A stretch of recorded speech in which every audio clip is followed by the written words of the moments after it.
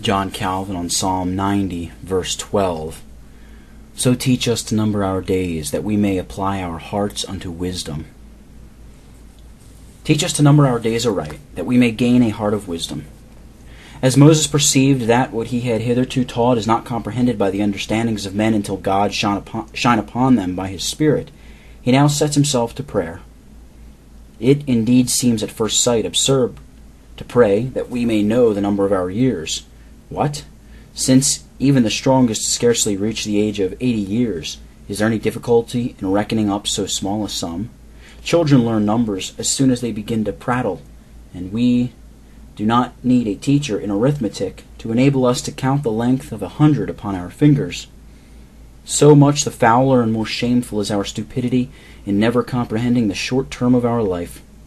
Even he who is most skillful in arithmetic, and who can precisely and accurately understand and investigate millions of millions, is nevertheless unable to count 80 years in his own life. It is surely a monstrous thing that men can measure all distances without themselves, that they know how many feet the moon is distant from the center of the earth, what space there is between the different planets, and, in short, that they can measure all the dimensions both of heaven and earth, while yet they cannot number 70 years in their own case.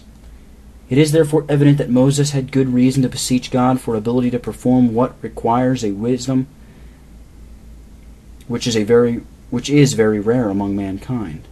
We then truly apply our hearts to wisdom when we comprehend the shortness of human life.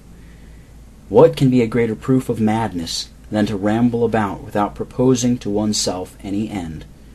True believers alone, who know the difference between this transitory state and a blessed eternity, for which they were created, know what ought to be the aim of their life. No man then can regulate his life with a settled mind.